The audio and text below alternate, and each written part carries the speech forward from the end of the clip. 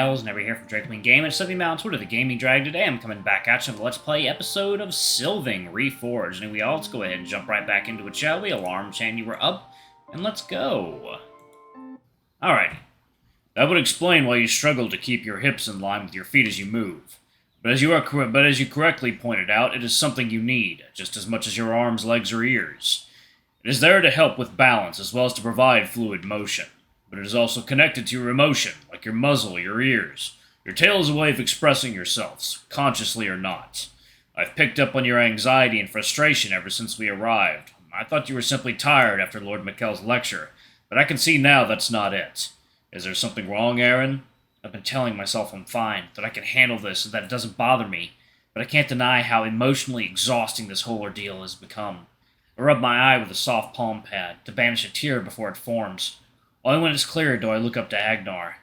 No, I guess? I mean, yeah, a little. I still don't know what to make of all this. This place, the weird things about me, magic and all that, it's a lot. And the fact that this is just my life now.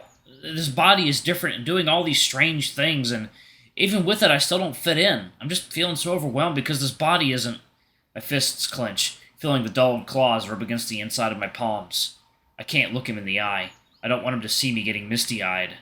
I'm not me anymore. Listen, Aron. I went through something similar when I was growing up. I know your situation is different, and I can't begin to imagine what you're going through. Your body has changed so much. But I can tell you one thing. This new body is still yours. These paws are your paws. This tail is your tail. Even if they seem strange to you and like they don't quite fit, it's all you. Nobody else can make use of them. Nobody else can claim the right to possess your body. It's all you, Aron. It's unfamiliar to you still, but it's you. It's really weird to think about it like that. I kept calling it the tail this whole time, but I never really thought of it as truly mine. My tail, huh? I take hold of it in the middle, petting the fur down to the fluffy tip as I lay it in my lap. Such a strange sensation. The haptic feedback of an entirely new body part. I just stare at my tail as it makes its own small flicks of movement. Could I try something? I have an idea that might help. Sure. What do you have in mind? I want to see if we can't stimulate its muscles. Maybe we can own your feline instincts, give you a better understanding of it. If I were to pinch the tip and you focused on how it reacts, you might find some control over it. Pinching my tail? With his size? Just be careful when you do it. You look pretty strong, and you might crush whatever bones I have in there. The wolf just rolls his eyes sheepishly. It's just a pinch. I'm not going to tear it off. It'll be just enough for it to flinch. Be sure to pay close attention to the sensation of it.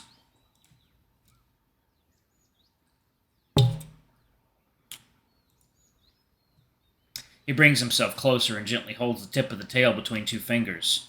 You'll probably feel some pain when I do this, but you'll be alright. I look away, wincing in anticipation. Gah! I can feel a brief, sharp jolt of pain coursing up my tail and the length of my spine. My tail automatically leaps away, snaking about in an evasive maneuver. That's good. Let's keep going. Concentrate on the feeling in your tail. I hunch forward on my paws and knees, trying to focus on the movement rather than the pain. It's not a pleasant sensation. The longer we go, the more confused I get by all the cascading impulses. Mercifully, Agnarr lets go of it before too long, and when it flops out of his hand, it hits him in the nose in retaliation. It springs up in the air with a tuft poofing out, like a cobra making a threatening display, before laying itself back down on the grass. I can still feel the dull pain, and I share in its grumpiness. My poor tail. Who has been sorely abused by the villainous wolf? I may have pinched you a bit too hard. Are you alright? Maybe a little, yeah. But your tail seems to move more in line with your feelings. That's good. Now, try to find that feeling in your muscles again. The action it took when I pinched it. See if you can make it happen by your own will. The feeling of the pinch still lingers in some of my muscles, so I focus on that to try and locate them. I can feel the grass beneath it, and the wind blowing through the fur. I can feel the way it's coiled. I can picture my mind and the position it's in. I try to reach out to what I felt earlier, flexing the muscles in my lower back. Come on, move! Nothing. It doesn't even twitch. Taking a deep breath, I try again. Nobody gets anything right on the first try. Alright, picture it like my arms. From my shoulders down to my wrist, through my elbow and ending in my fingers. It's not the same, of course, but I need some kind of blueprint to guide me there. Find the muscles in my back, follow where they join with my tail. Continue onward into uncharted territory. I want to move my tail. I want to move my tail. I can do this. I'm in control. Wave my hand. Wave my tail. Up and down. Up and down. Do it. Come on. Clenching my fists and baring my fangs, I put all I have into my back. A pulse of determination surging down my spine to just move already. The tail suddenly throws up in the air, standing high and straight before it relaxes down again. You did it, Aron. I did? He gives me a congratulatory pat on the head, ruffling my hair. Heh, sorry about that. It's a bit of a habit I picked up from cub-sitting Ollie. But you did great. You took control of it by your own will. It's a small step, but an important one. I have no doubt that you'll have full control before you know it. Or need it, hopefully. If you want to, I have a few more ideas that we can try. Please, no more pinching. I clutch my tail into my chest protectively, like a darling baby that's been mishandled. No more pinching or pain, I promise. We spend time just messing around, trying to provoke more of a reaction from my tail.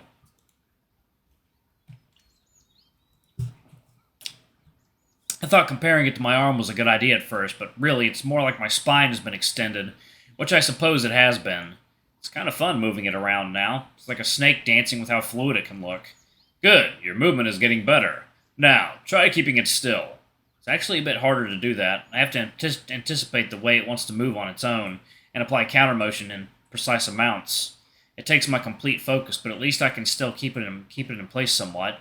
You're doing a great job, Aron. I think that should be enough practice with your tail for today. Now that you have better control over it, we can go back to practicing your stride and posture. Shouldn't take more than a few hours. I nearly fall over hearing that. A few hours?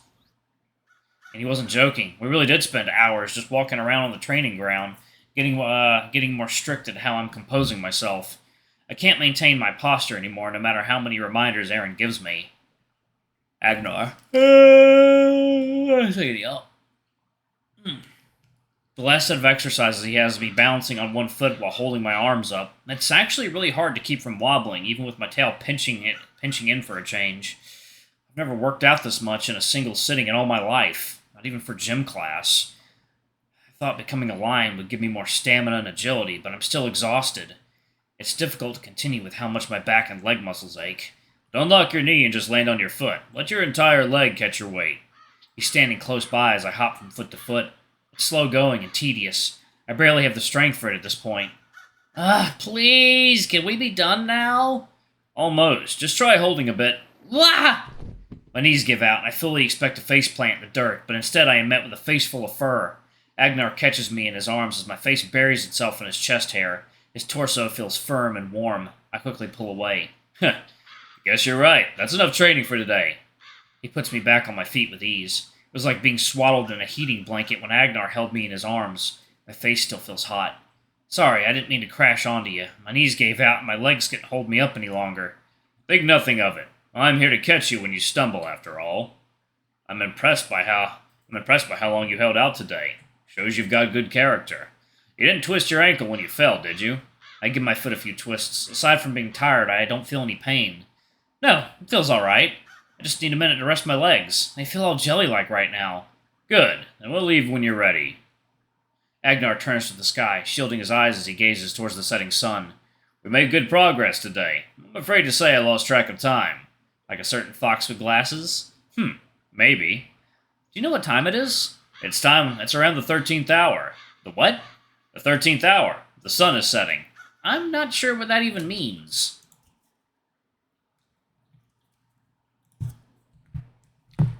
The count begins when the sun rises and naturally changes with the seasons. It means that there have been 13 hours of daylight so far.